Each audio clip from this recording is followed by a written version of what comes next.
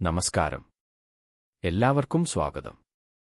ഇന്നത്തെ തിരക്കേറിയ ജീവിതശൈലിയിൽ ഭൂരിഭാഗം ആളുകളെയും അലട്ടുന്ന ഒരു പ്രധാന പ്രശ്നമാണ് അസിഡിറ്റി അല്ലെങ്കിൽ പൊളിച്ചുതികട്ടൽ. നെഞ്ചെരിച്ചിൽ, വയറിൽ കനം, തലവേദന, അമിതമായ ഗ്യാസ് എന്നിവയെല്ലാം ഇതിന്റെ ലക്ഷണങ്ങളാണ്. പലരും ഇതിന് താൽക്കാലിക പരിഹാരമായി ഗുളികകളെ ആശ്രയിക്കുന്നു. എന്നാൽ ആയുർവേദം ഈ പ്രശ്നത്തിന്റെ മൂലകാരണത്തെ കണ്ടെത്തി ശാശ്വതമായ പരിഹാരമാണ് നിർദ്ദേശിക്കുന്നത്. നിങ്ങളുടെ വയറിന്റെ ആരോഗ്യം വീണ്ടെടുക്കാനും അസിഡിറ്റിയിൽ നിന്ന് മോചനം നേടാനും ആയുർവേദം നൽകുന്ന ലളിതവും ഫലപ്രദവുമായ വഴികൾ എന്തൊക്കെയാണെന്ന് ഈ വീഡിയോയിലൂടെ നമുക്ക് നോക്കാം. ആയുർവേദ ശാസ്ത്രമനുസരിച്ച് അസിഡിറ്റിയെ അമ്ലപിത്തം ദൈവേജാബ് എന്നാണ് വിളിക്കുന്നത്.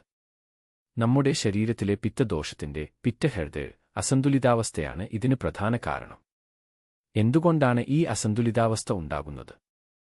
അമിതമായ പുളി, എരിവ്, ഉപ്പ് എന്നിവ അടങ്ങിയ ഭക്ഷണങ്ങൾ കഴിക്കുന്നത്, സമയം തെറ്റിയുള്ള ഭക്ഷണം കഴിക്കൽ, മദ്യപാനം, പുകയില ഉപയോഗം, അമിതമായ മാനസിക സമ്മർദ്ദം, ലയൗത അല്ലെങ്കിൽ ഉത്കണ്ഠ, ഉറക്കമില്ലായ്മ. ഈ ഘടകങ്ങൾ ശരീരത്തിലെ പിത്തത്തെ വർദ്ധിപ്പിക്കുകയും ആമാശയത്തിലെ ആസിഡിന്റെ അളവ് ഉയർത്തുകയും ചെയ്യുന്നു. അമ്ലപിത്തം പ്രധാനമായും രണ്ട് തരത്തിലുണ്ട്. ഊർധ്വക, വയറ്റിൽ നിന്ന് മുകളിലേക്ക് വരുന്നത്; നെഞ്ചെരിച്ചിൽ, അധോക, താഴേക്ക് പോകുന്നത്; വയറിളക്കം, ഗ്യാസ്. ഇനി ഈ പിത്തത്തെ ശാന്തമാക്കാനും അസിഡിറ്റി കുറയ്ക്കാനും വീട്ടിൽ തന്നെ ചെയ്യാവുന്ന ചില ലളിതമായ ആയുർവേദ പരിഹാരങ്ങൾ നോക്കാം. ജീരകവെള്ളം. ലിഖദണ്ഡനെ രാവിലെ വെറും വയറ്റിൽ ഒരു ഗ്ലാസ് ജീരകവെള്ളം കുടിക്കുന്നത് ദഹനം മെച്ചപ്പെടുത്താനും പിത്തത്തെ കുറയ്ക്കാനും ഏറ്റവും ഉത്തമമാണ്. നെല്ലിക്ക. അമ്ല നെല്ലിക്ക ഒരു സ്വാഭാവിക പിത്തഹരൻ ആണ്. ദിവസവും ഒരു നെല്ലിക്ക കഴിക്കുകയോ അല്ലെങ്കിൽ നെല്ലിക്കാപ്പൊടി തേനിൽ ചാലിച്ചോ കഴിക്കുന്നത് അസിഡിറ്റിക്ക് നല്ലതാണ്. ഇളനീർ. ദോദണ്ഡനെ ഇളനീർ ശരീരത്തിന് തണുപ്പ് നൽകുകയും ആമാശയത്തിലെ അമ്ലതയെ ദമ്നയായി ഉടനടി കുറയ്ക്കുകയും ചെയ്യുന്നു.